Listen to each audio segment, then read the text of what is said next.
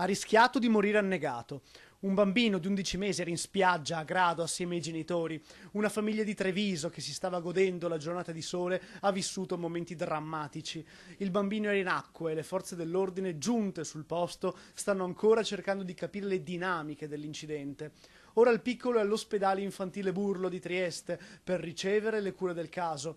In un primo momento le condizioni sembravano gravi, ma dopo l'intervento dei medici il bambino è fuori pericolo. Si trova sotto osservazione al pronto soccorso, vista anche la tenera età.